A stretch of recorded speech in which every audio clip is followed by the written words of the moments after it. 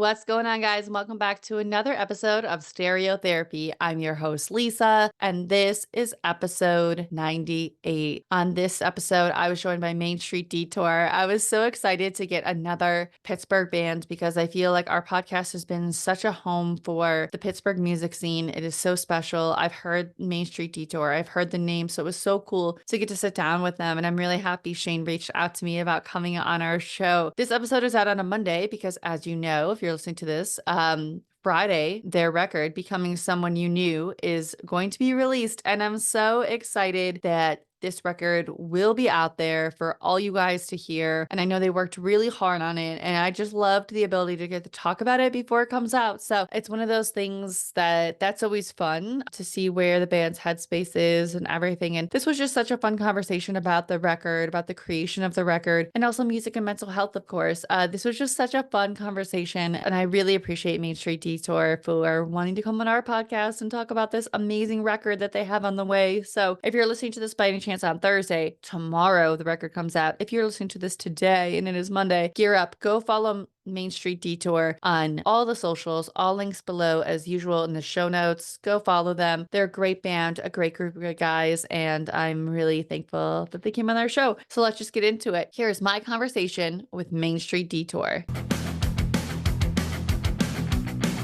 Before we get started, if you guys just want to introduce yourselves, so they'll be like, okay, that's Nico, that's Shane, that's Dan, and they'll know your voice. I am Shane Seipel. I play bass and sing in Main Street Detour. I am Nico Vasilatos. I play guitar and I sing in Main Street Detour. My name is Dan Falk, and I play drums and scream/sing for Main Street Detour. Awesome. But so the first question we always ask everybody gets this question because it's so interesting. I would love to know, and each of you can answer, what are your first memories of falling in love with music, whether it was a record, a time you remember, maybe picking up an instrument. What kind of started your musical journey? Dan, you start this one. Okay. So I started playing piano when I was around like 4 years old. My folks, they've always been very supportive with whatever musical endeavors I have chosen to pursue. And one of the things they like kind of put in front of me at a young age was just taking piano lessons. And eventually I did that for a while. I started playing drums a few years later and kind of was doing that passively, but then eventually kind of like wasn't taking it super seriously. I mean, at least as super seriously as a 9-year-old can. But I was still playing like drums, like kind of passively, just for a few things like here and there. I was like in my middle school jazz band and was doing that through high school as well.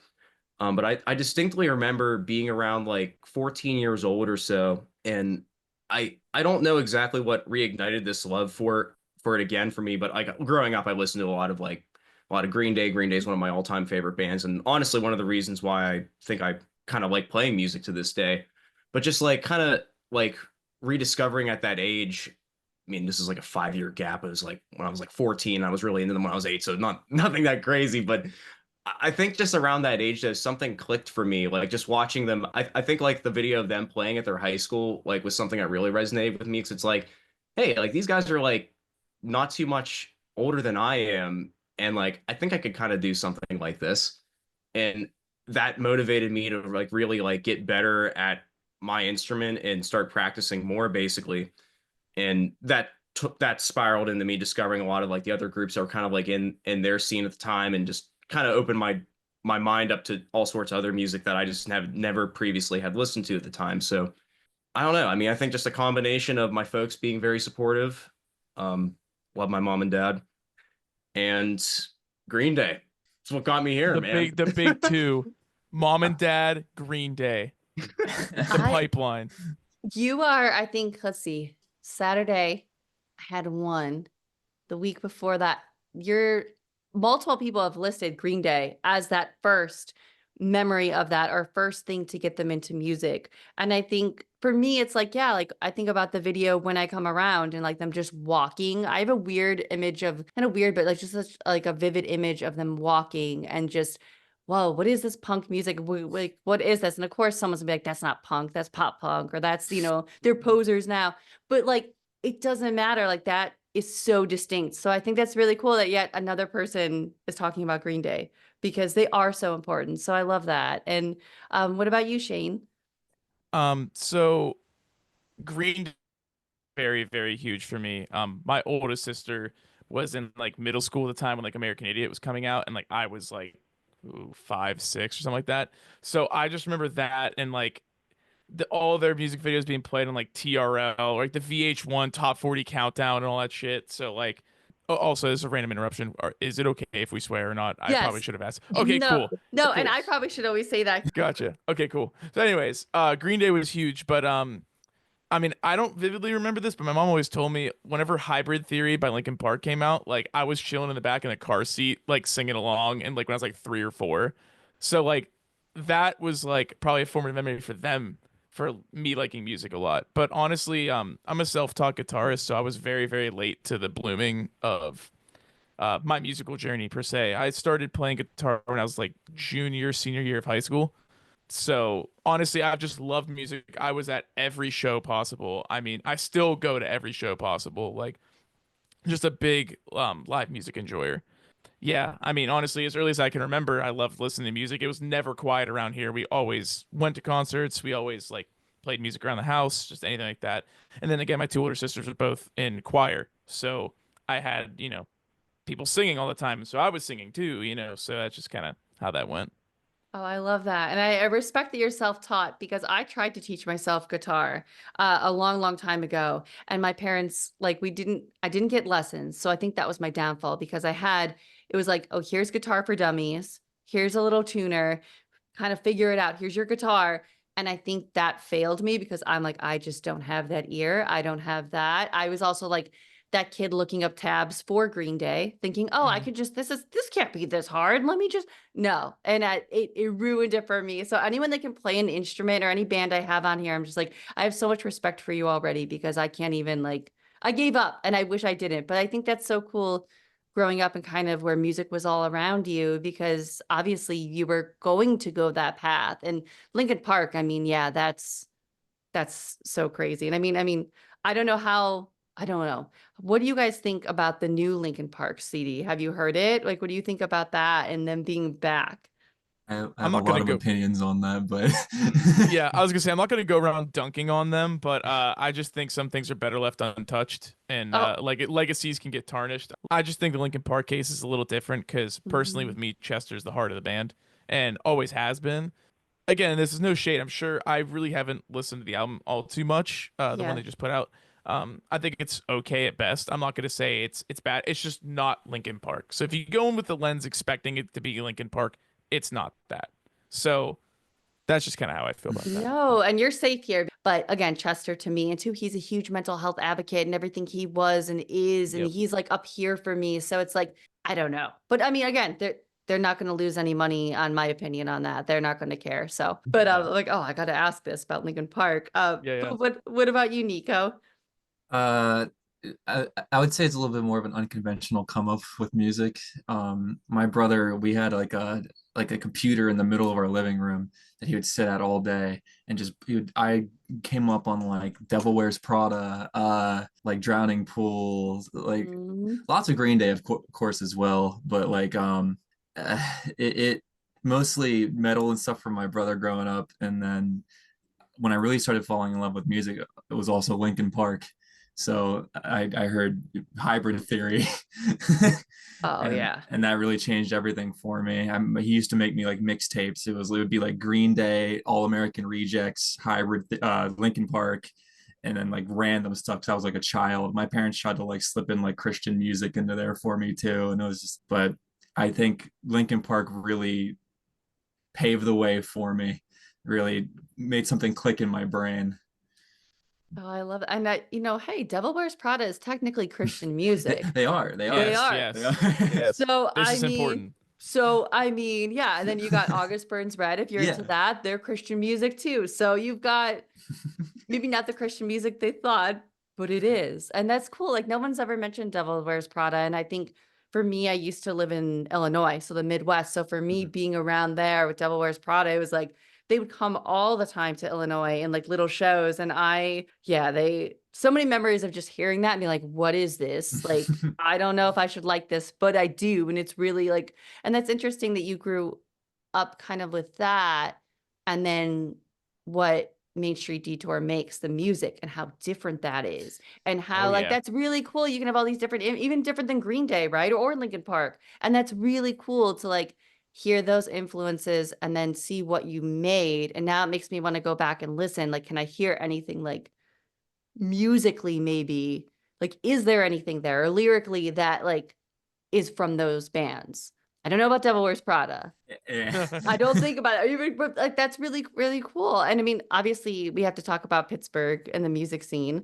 I know all these other bands have talked about it, but I want to hear from you guys. What is it about your music scene that's so special to you? And each of you can answer, one of you, whoever would like to answer it. I will just say that the Pittsburgh music scene is incredibly unique in the fact that, I mean, we have friends in bands all over the country, you know, and every time that they come here, they're always like, this is just such a great inviting community. Not many people are after each other, like, oh, we need to play a bigger, like every other city, it's like we need to one up consistently, right? Yeah. But every single band around here will platform every other band. Every band will be at everybody's show no matter what's going on. And if they're not, there's probably another local band playing that night that they're going to go catch instead to go support, you know? And so you're never playing to nobody and you're always surrounded by your friends and everybody's got your back. It's super, super, super supportive. And that's not even to mention like the promoters like Drusky who allow locals to open up for national acts. Like that's also huge because we have really good friends in Philly and Philly's a massive city. And obviously every tour is going to hit Philly. But they don't get those opportunities.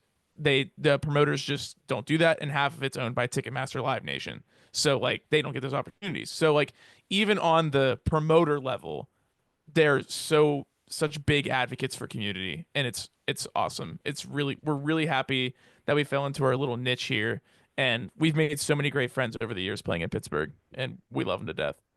Yeah, I can feel that like each band I've had on, when I look at even like old Neon stories, oh, there's, heading north. Oh, Foamer's here and they have a video and they're at this show or this. And I see everybody just that aspect. And I love because you're right. Like growing up, I went to the Chicago scene. That was my thing. And everybody, no dig if anyone's listening, but everybody wanted to one up each other constantly. It was constantly that. And I find now that I'm here in New Jersey, I do feel a sense, at least it's different than that. And maybe some people are going to be like, no, it's not. But the bands that I've found in New Jersey and the community here, everybody does want to help each other. And they even want to help me. Like there's bands I've had on that they're like, oh, we, try this band or that band, where back home, it was always to one up each other. And I love to hear like there's a scene out there that's not doing that because it was such a turnoff for me. And I don't even play music. I was like, what is going on here? Yeah, absolutely. And it's just insane. I mean, I think also with like the streaming age, one upping is kind of pointless at this rate because like, back in the day it was like, okay, well, yeah, you needed to get your word out on the street, so you'd be like at everything and like saying you're better than these people to give you one up. Where like if you say that now, it's like, okay, well, I can just go look at your streaming numbers, or oh, I can go just go to your show and see that nobody's there. So like, you really think you're better than us? You know what I mean? So it's just like that, like the ego, you get humbled so much quicker because there's an online presence. So I feel like it just leaves so much more room to be a nicer person, which I'm very, like I said, I'm very thankful that we have that here because again, I know it's not like that everywhere, No. and we love the Pittsburgh scene. Oh, I love that. And Dan and Nico, do you have anything to add, or do you think Shane kind of captured your scene well? I think he captured it very well, and I will add to, I think it's just very cool with like, so like, we're like a part of the Pittsburgh scene, but like none of us like literally like live like around Pittsburgh. I mean, I'm like 40 minutes north of Pittsburgh myself. And but in a lot of the other groups I know, like some of them are from like some of the surrounding areas, like the guys in Mallory Run. A lot of them are from like Edinburgh, right, Shane? Yeah, which is like 2 hours north in Erie. So quite the trek. The guys in like Crash Nebula, like they're kind of all in like Leechburg, Vandergrift, which is like kind of a good bit east of here and stuff. But it's like we're all like kind of centralized around like Pittsburgh is kind of like our meeting point, our melting pot, if you will, of the scene. And it's just, I feel like it's such a cool thing to be a part of because it's just very welcoming, I think. Like we have all these awesome groups that are just kind of like congregating, I guess, in the Pittsburgh area. And they're all to Shane's point, they're all great people and they all make great music too. I mean, my gosh, like it's such a cool thing to be a part of. And I will say too, like it's like I remember being like in high school and like wanting to be kind of like in a like basically doing what we're doing right now. And I remember being really frustrated because like I couldn't like there was no one else who wanted to play like the type of stuff I wanted to do. And the fact that like I get to be involved with this group and be involved in this scene is like so awesome. And it's something I'm so grateful for. Oh, I love that. And it is. I just, I will say that, like when I first had Old Neon, I think on Instagram, they had found me or I found them or whatever it was. Mhm. But once going down that rabbit hole and each band we've had on, I'm like, is there a bad band in Pittsburgh? Because I have yet, like, there's another one even I know I follow. I haven't reached out yet. Turtle Park. I think that's their name. They're nice people. And they Yeah. seem, and Shocker. right, shocker, nice and good music. Like that's like the thing I think should be the tagline for Pittsburgh. But yeah, I could name all of them, and it just it's wild. And Nico, did you have anything to add, or do you think it's all? On like a slightly more personal note, like when I joined the band and like I was starting to like be introduced to everybody, it really I was like I was going through a really tough time in my life, and it really brought me out of my shell and introduced me to so many good people around, and I made so many friends, and it really like helped me get better at talking to people, be able to like just be around and meet so many cool people with so much good music. I mean, I'm just saying what they said, but like it really Yeah. helped me out personally as well, meeting all these people. Oh, I can relate to that because as someone who, I mean, I have anxiety. So it's like I'm always like, I can go into other places and maybe be like, oh, I don't know, but get me in a venue surrounded by music and like-minded people. I'm like even this, like I'm like chatting, but like when it's, and I have to almost be like at a table with people and they're talking about like, I don't know, just stuff I'm not interested in, or like, I guess grown up stuff, whatever you want to say. They'll be like, oh, are you shy? And it's like, no, like get me around music people and I'm the most comfortable. So I can so relate to that. And like, there's friends I've made for life in venues, but even back home and here that I'm like, thank God for music, because I thought like I would not have that, and so relatable. And I want to talk about your latest single. It just dropped, The Art of Gaslighting. What, I know it's been out for only a little bit. What's been the response so far for you guys? People seem to dig it. I mean, I don't know. It might be a little too early to tell for us right now, but Yeah. the thing is, we've also been playing this song for a hot minute live. We've probably been playing it for a little over a year now, and we've had it in the back pocket. We were just like, okay, well, we're gonna announce this album. What the heck do we put out with it? We're like, well, I guess this is the one. So yeah, no, people seem to really dig it. It's definitely the fastest one we've put out so far on the new record. So people seem to dig it. I mean, Dan's going absolutely ham on the drums, so that's always fun. And people like upbeat stuff, you know. So I think the reception's been pretty good so far.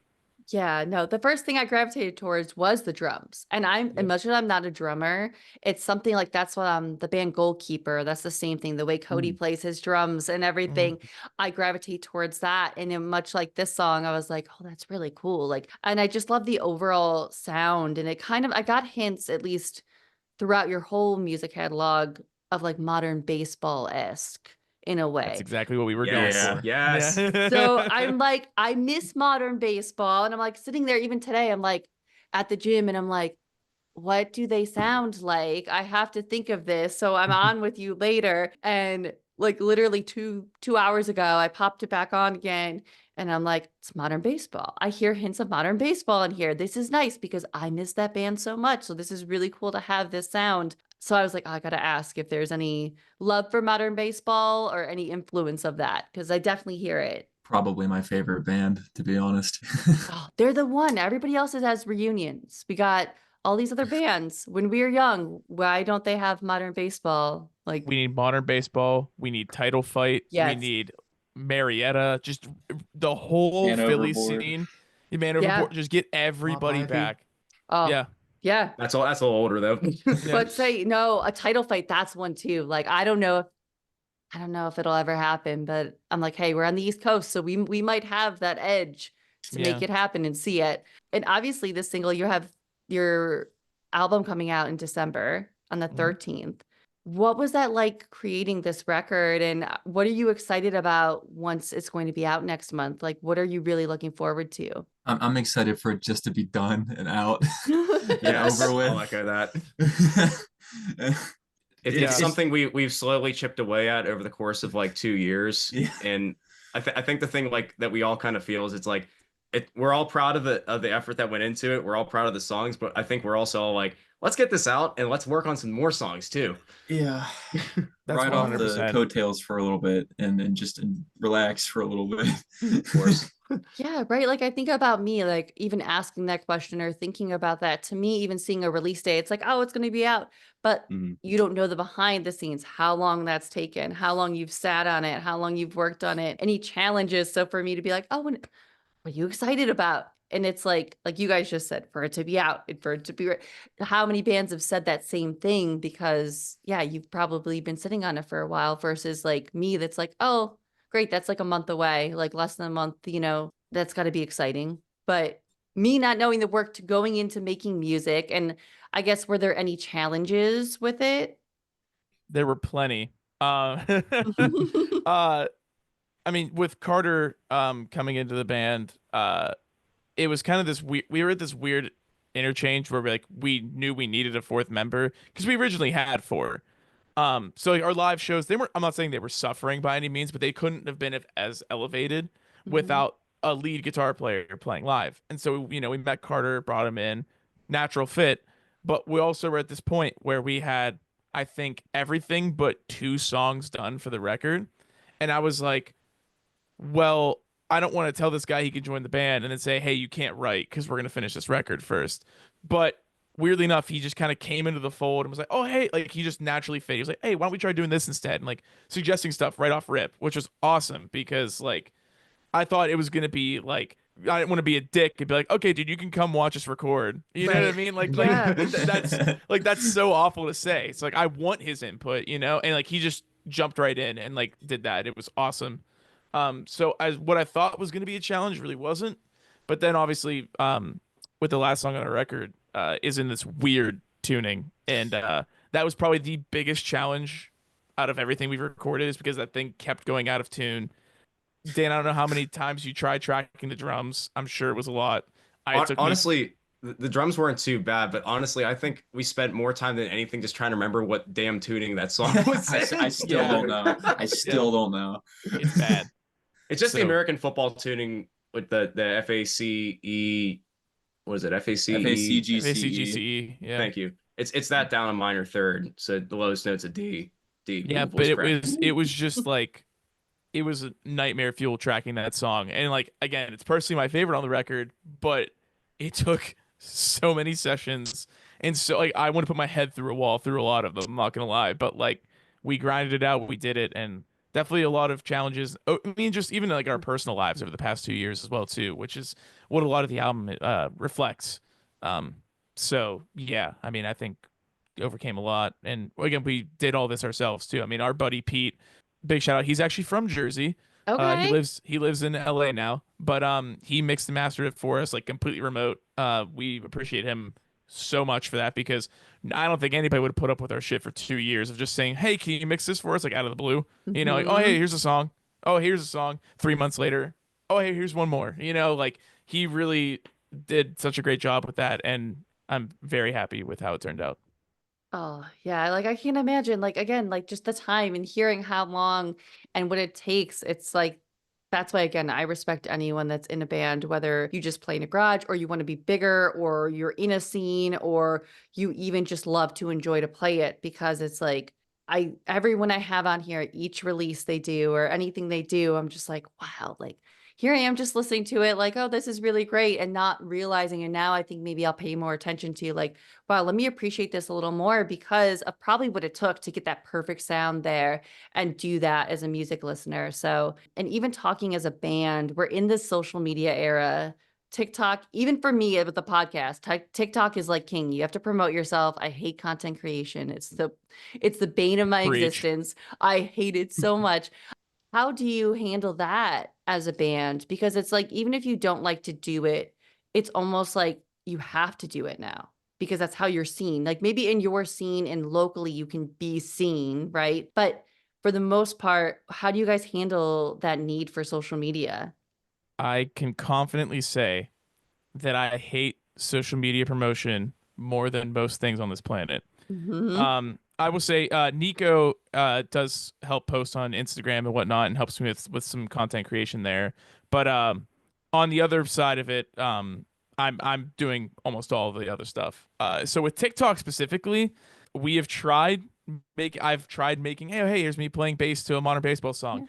Oh, hey, here's me like playing a Yeah. bass riff off of like the upcoming album. And like it gets like 800 views, whatever. Cool, right?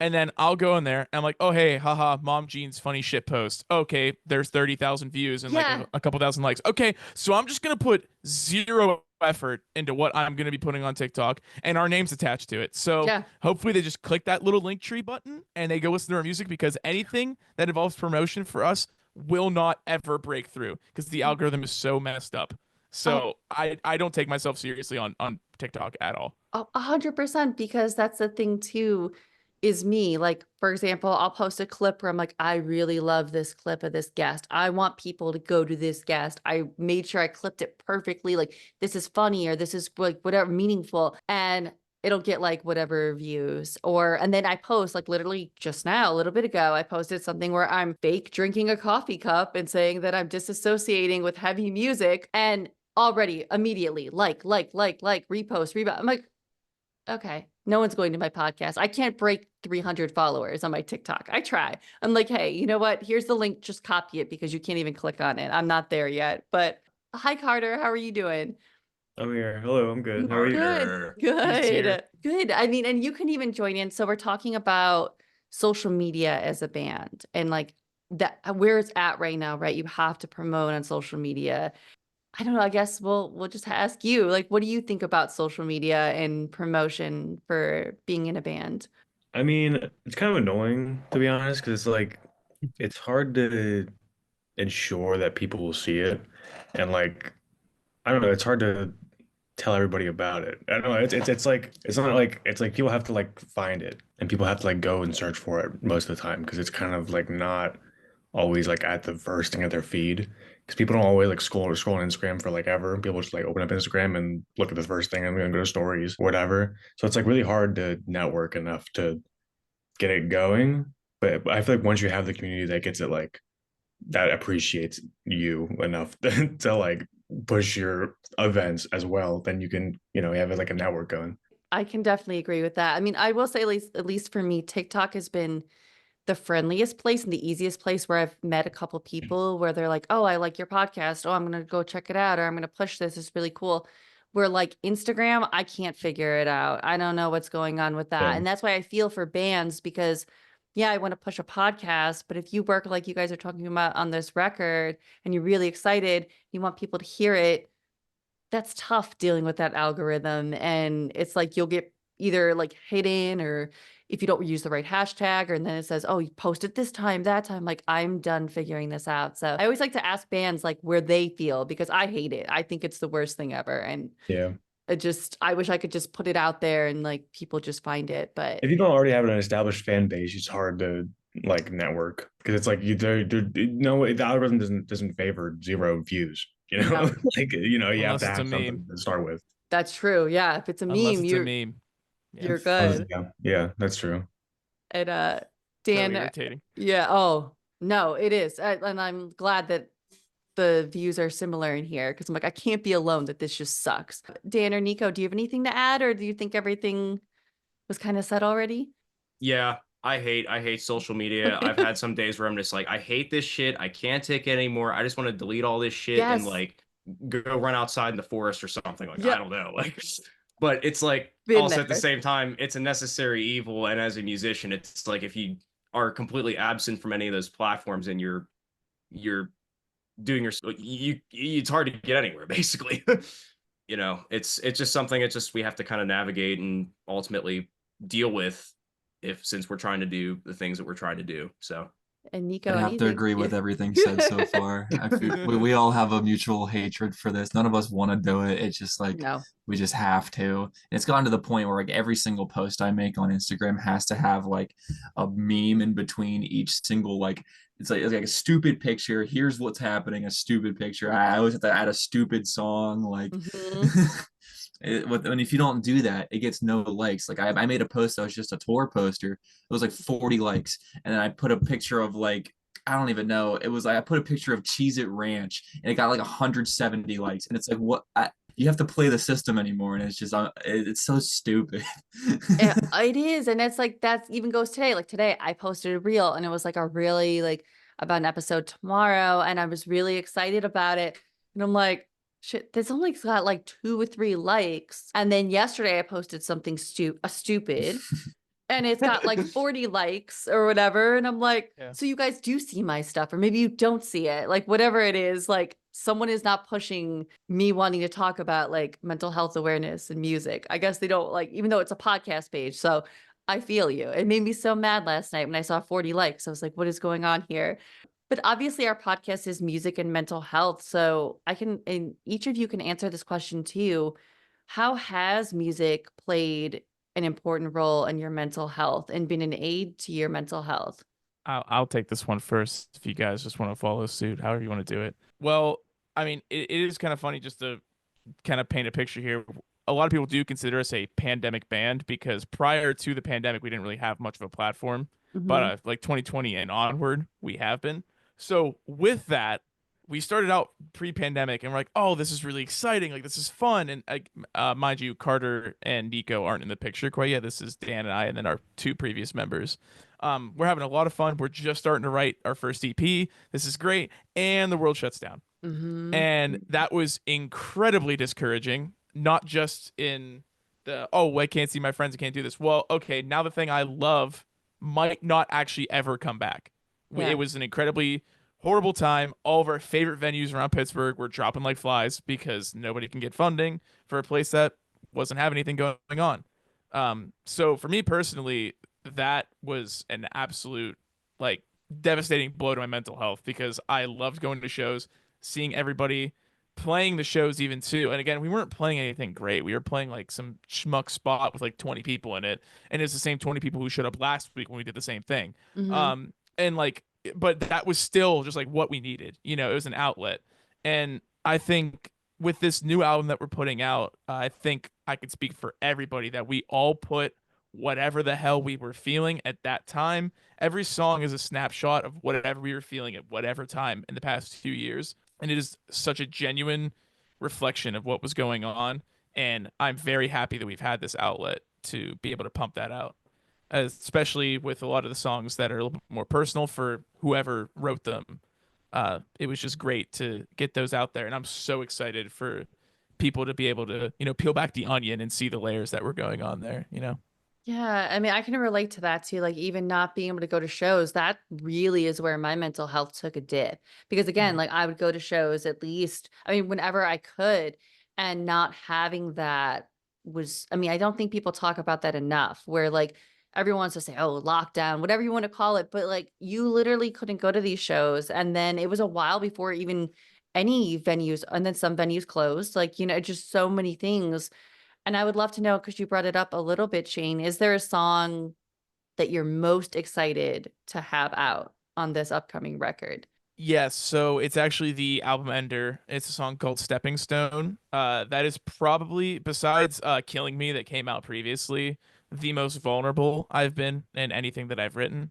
Just because again, breakup happened, very long relationship that I had, no ill will against her at all, but it's just one of those things where it's like that's all I knew for the longest time. And with that song, I wanted it to be like everybody thinks like, oh, breakups happen, and then it's like you never want to ever have that person exist in your space again. Well, I wanted that to be a positive thing, like, okay, well, just because you couldn't stick around to the end doesn't mean it wasn't worth it. And just, so that's the message I wanted to pump out in that song. And I'm very, very proud of it. And I cannot wait for people to hear it. I hope they enjoy it. It's the longest song we've ever written too. And that's the one that we were talking about earlier about how awful it was to record because the guitar kept going out of tune. And the journey of recording it and writing it was just so rewarding, and I'm very happy that it's going to be coming out here in just a little while. Yeah, I know it's a little while. Like it's weird. It's crazy to think about. Like we are right there on December, but I think that's going to be such a relatable song for so many people too. And the coolest part, at least for me as a music listener, is hearing you talk about it, but then someone else can listen to it and have their own interpretation, and then so on and so on. I think that's so cool. And now I want to hear it. I'm like, oh my gosh, now I can't wait to hear this. I could send you a Whoa. snippet if you want it. I Yeah, will. no, I will take it. I'll be like, all right, I'll be quiet about it. But what about you, Dan? How has music played a role in your mental health? I find it very cathartic. I can think of like some times where it's like I've had like a bad day at work, or just like, you know, you have one of those days where just you feel like nothing's like going in your favor or something. And then just either getting to play a show or going to a show and like seeing friends, it just like it's like, oh, now everything feels like so much better and so much cooler. It can be an escape sometimes too, of just like sometimes just like thinking back, like just like maybe groups that like shaped me growing up and stuff. It's like you kind of listen to that maybe after like not listening to a group in a while, and it's like, oh yeah, I remember that. And it kind of puts you into perspective of like, okay, yeah, I've actually come like decently far since X age or whatever, since X event in my life. I mean, I will say we seeing we'll go back to Green Day. um I saw Green Day for the first time. Actually, my first show ever was seeing Green Day on Easter in Pittsburgh in I think 2013 or 2014. And I wanted to see them again like after that, but you know, just like things just kept happening, or I just kept like forgetting that they were around or whatever, or touring or something. And we had done and then they had came to Pittsburgh. It was on I think the Sunday of Labor Day weekend this year, and getting to see them, like it was I felt like the food critic at the end of Ratatouille, whenever he takes a bite of Ratatouille and it takes him back to being a kid, and he's like, oh shit, like it puts everything in perspective. And then it's just like seeing like Dookie live and everything. So that's when they were doing Duke, like 30 years of Dookie and 30 and 20 years of American Idiot. And like it took me back to when I was like 14 years old, like trying to play things like that crazy ass bell pattern and Welcome to Paradise and the drum solo and Burnout. And I'm just like, oh my God, this is awesome, dude. So I don't know. I find it just there's things like that that are just super cathartic for me. Yeah. Oh, I love that. And again, yeah, back to Green Day. Like that just goes to show how important they are Always to back you, to you Green know? Day. I love that though, like especially when a band means that much and you can hear it like by how the way you speak about it and just hearing your experiences. So that's no Green Day slander here. None here. What Yeah, about Nico. oh What? no. No, I don't know. Um, Just being um, ridiculous. what about you, Nico? How has music played a role in your mental health? Not to like sound like cringe or like everybody, but it's affected me in every aspect of my life, like my entire life. I don't. I It baffles me that some people don't enjoy music at all, and like it has shaped my entire life, my entire career. It made me learn how to play guitar. I made a band in high school, and I like that made me realize that it's like my dream, and I just without music, I don't know. Not to be corny again, but I'm sure it saved my life a couple times. Like I don't. It's just it made me the person I am today, and obviously I'm in a band playing music, and it's still my dream. So only positive things, I guess. And well, there's sometimes I let songs change my mood in a negative way as well, but yeah. I agree with you. There's always something. I'm like, I always think someone's a little sus when I'm like, hey, what's your favorite band or what's your favorite artist or who do you like? Who are you listening to? And they're like, oh, I don't really listen to music. I listen to radio, which nothing against the radio. But when they don't have, everybody has an artist, or if they're not musically, I mean, that's also why I started the podcast, because when I moved here, it was like, I had nobody like me, nobody anything.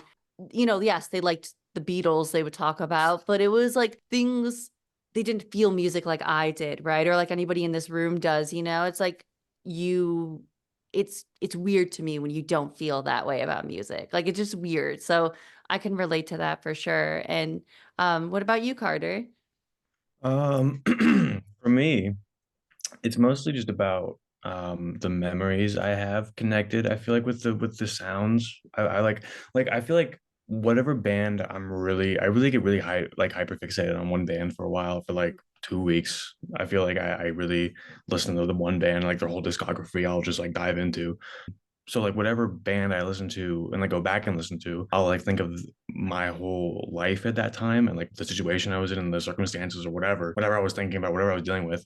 And it shows like growth in a weird way. I like, it makes me like, it's sometimes like, oh, I wish I was back there. Or sometimes it's like, I thank God I'm not back there. So it's like, I don't know, it gives me like a window into like my previous like circumstances, and it makes me feel better sometimes or worse. I don't know. It depends.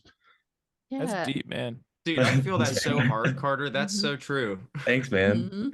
And I'm Sorry, like I didn't mean you. to, yeah, I didn't mean to pull it out. Sorry. No, oh, I'm like you though. I do that discography. I will fixate Yeah. on a band.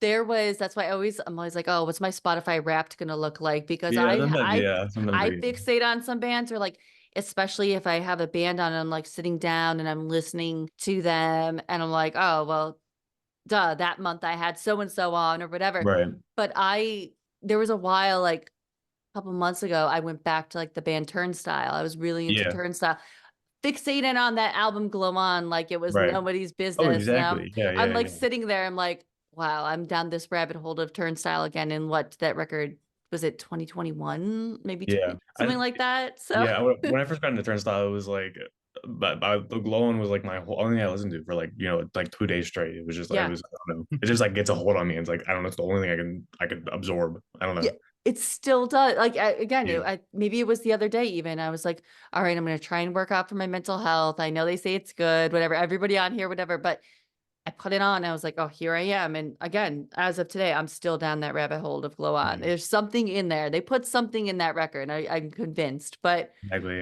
and also talking about mental health, something we like to ask people, obviously music is probably one of them, but how do you guys, and each of you can answer, manage your mental health? Whether some people use like they exercise, they journal, they go outside, music, even if it's music, you can say music, but what is one way you keep your mental health in check? I music is 100% number one, Yeah. but just because I think the medium is so unique and like how you can really, how we were just talking earlier, like, oh, you could take whatever you wrote, but like, apply that to whatever you're experiencing, and maybe that's what that means to you. I do that all the time with everything I listen to. But also, I love video games, so I would Mhm. say video games are 100% another one. Even if it's like the worst game, I'm like still having fun with it. Like it's fun just to get on there with friends, hang out. I love getting outside though too. Like love playing frisbee, disc golf, hiking, anything like that. It's just a nice excuse to kind of ground yourself, bring yourself back. And I don't know, I don't want to sound like a hippie or anything like that, but you know what I mean? It's like go outside and just like really feel connected. And it's just nice because again, you're just disconnected from your phone and all the negativity that you left behind. Just go outside and enjoy it. So that's definitely what I would do. Oh, I love that. And what about you, Dan? I will say, just as of like very recently, like in the last couple of weeks, I've kind of just rediscovered how much like I enjoy working out and like lifting and everything. Cause I was really into that when I was like just in college and stuff. Like I would do that like 4 or 5 days a week, but just after graduating and like starting working full time and, you know, trying to figure out all this post graduation adult stuff, like Mhm. it kind of fell off my radar for a while. And honestly, just even in the last few weeks, just like kind of getting back into it. Like I went to the gym like 5 times last week and I haven't done that in like years. Like, oh my gosh, it felt so good. It felt so cathartic. And that's something that's been huge for me, like just as a recent discovery or recent rediscovery, I suppose. But then just kind of being cognizant and being like just remembering the things to be grateful for in life, whether it's just, I mean, I have an amazing family. I have amazing parents. I have amazing brothers. I have some amazing friends, some amazing bandmates. I have an amazing, beautiful girlfriend. And but just things like that, just remembering like all the good going on in life. Because I think folks like sometimes like it can be very easy to get caught up in like the bad that might be going on. It could be an immediate thing or something that could be pressing, but like just reflecting on what all the good that there is going on, like I think that's just huge for me. Yeah, that's I recently started because somebody on the show told me about it, getting a gratitude journal. And Mm. it gives you prompts like what was something really good about today? Today is great because something that makes my life great or whatever. And it gives you prompts. And like when I've been starting it and doing that every day and putting that for my mental health and like, wow, yeah, like look at me. Like there's a lot of positives, even though like things can be going bad, there's a lot to be thankful for. So like that's so important. And again, like anyone listening, I know it sounds cheesy, but like things like that really put it into perspective when it's like out in front of you. So, and I love that. I love that you have a support. What, you know, your beautiful girlfriend, your friends, everybody, like that's so amazing. And what about you, Nico? Not to put like a damper on the mood or anything, but like I I struggle with mental health really badly, and it affects me every single day. And Yeah. honestly, lately it's been harder to find something to help deal with that.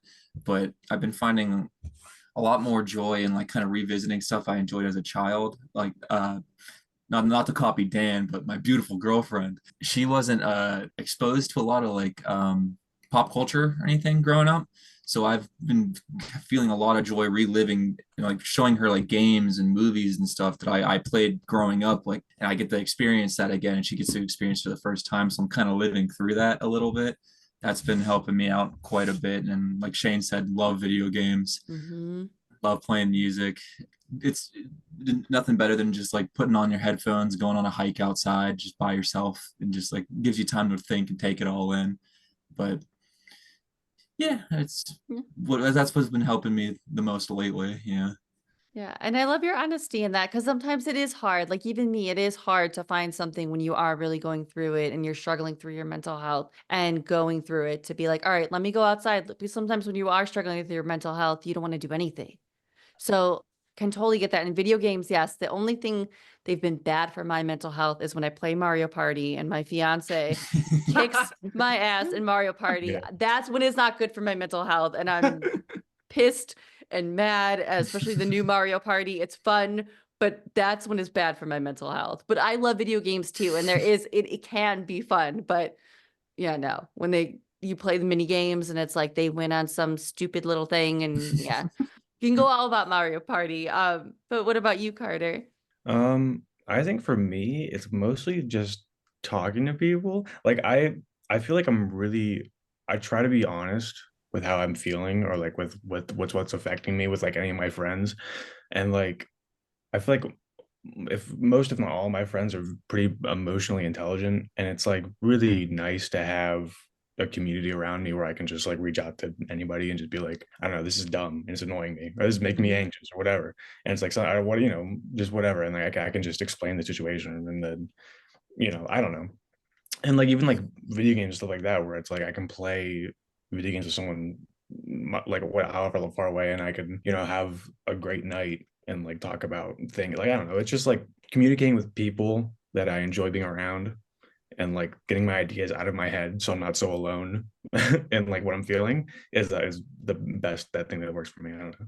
So much good stuff. So I think it's too, I always like to ask that because I think we all have a different way in dealing with our mental health. And maybe if someone is struggling with it, they can hear, oh, maybe I haven't tried that, or maybe I should go back to that. And everyone's different. But so thank you for sharing all that. And obviously, we have your CD release with this new record coming out.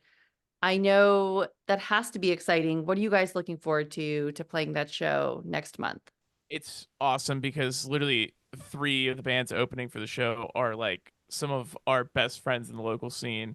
We've went on tour with two of them, so like we like just know them so well, and it's just awesome because we're like, okay, well, who do we want to support this show? Because like we've been Hmm. talking about this for forever now, and we're like, okay, well, these are the three bands we want. And like first try, this never happens. Like when you try and book people, like somebody always has something going on, Yeah. and they are like, yeah, we'll do it. I'm like, perfect. Like Hmm. the stars aligned, everything's great, except for that it's on Ticketmaster. We're not happy about that. But Yeah. besides that, we are very excited about the show. We're gonna be playing the album front to back, every song, even if the guitars start detuning on stage. There ain't nothing you could do about that. Yep. Um, we're so excited just to play more songs off the album and not have to play some older material that is frankly exhausting for us at this point. We just are sick of some of the songs we play.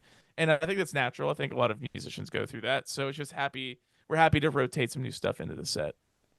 Awesome. Oh, well, again, I wish I could be there for it because I would love to be there. But maybe one day I'm like, I have to make my trip to Pittsburgh and just maybe I need to figure out and book that show. Be like, all right, I need Old Neon, I need Heading North, I need Main Street Detour, I need all this just so I can see everybody.